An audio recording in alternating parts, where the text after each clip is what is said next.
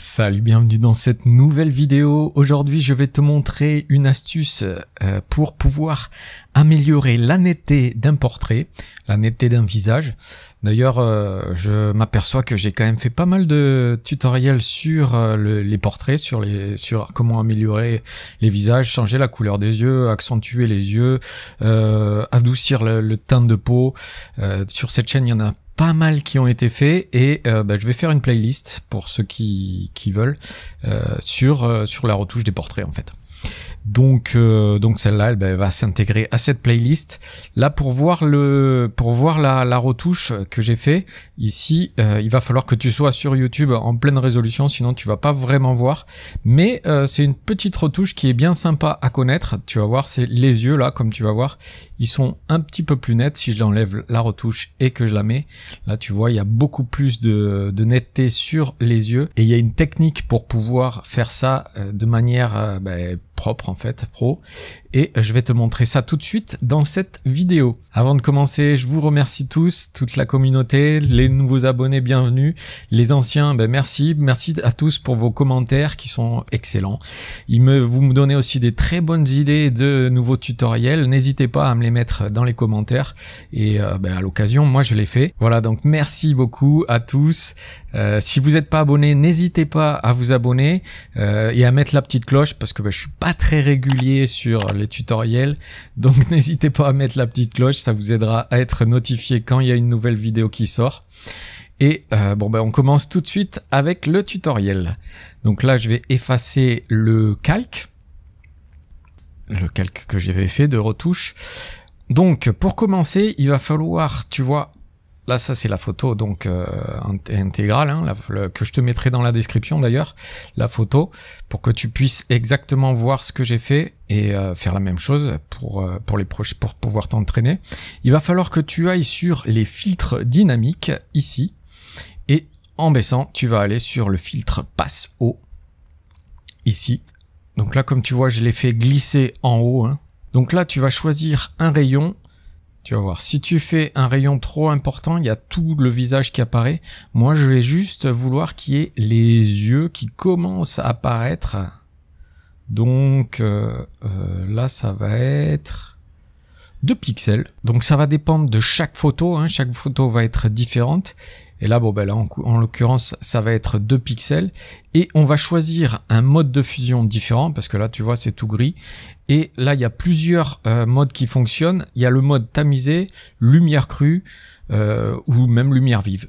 Donc là, ça va dépendre du résultat que tu veux donner à ta photo. Moi, là, pour le coup, je vais choisir lumière tamisée. Ici. Hop. Et là, comme tu vois, on peut voir avant, après.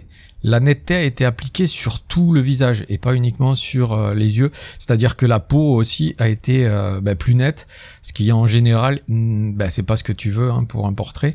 On veut en général adoucir la peau et accentuer les yeux. D'ailleurs là, les yeux, ils sont pas vraiment nets. La photo a été mal prise et ils sont, tu vois là, là c'est le sourcil qui est net et l'œil qui est flou. Mais tu vas voir que justement grâce à cette méthode, on va pouvoir le rendre beaucoup plus net.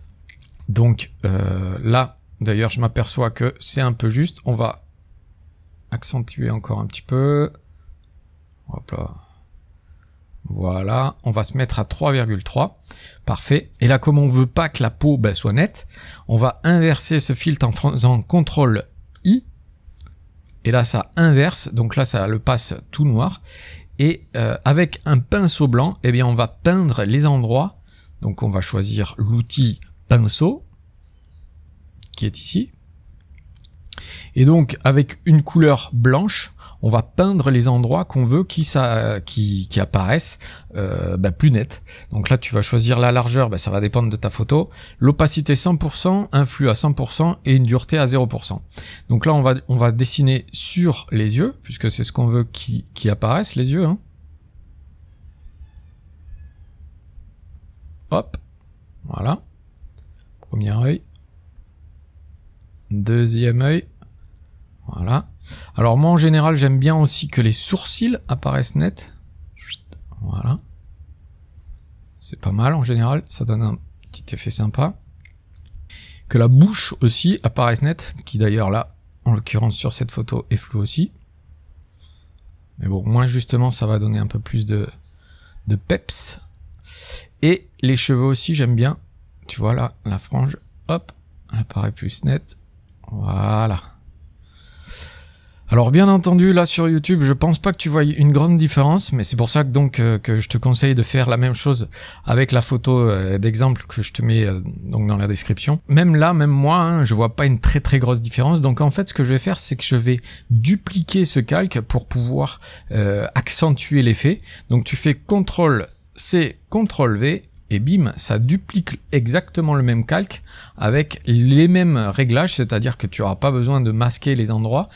Et là, bah, c'est plutôt pas mal. Donc là, ça va dépendre de toi, ce que tu veux exactement. Si tu veux, par exemple, que les cheveux soient un petit peu moins nets, eh ben, tu vas peindre en noir. Tu vois là, tu vas, hop, cliquer et enlever un petit peu de netteté. Hein. Donc, tu auras juste le premier calque qui va être net et le deuxième, ben, ça va uniquement être les yeux et les sourcils et la bouche. Et voilà, à partir de ce moment-là, ben, comme tu vois, très rapidement et très facilement, on aura mis un peu de netteté sur les calques. Comme je te disais, tu pourras toujours, comme c'est des calques dynamiques, hein, tu pourras toujours changer le mode d'opacité.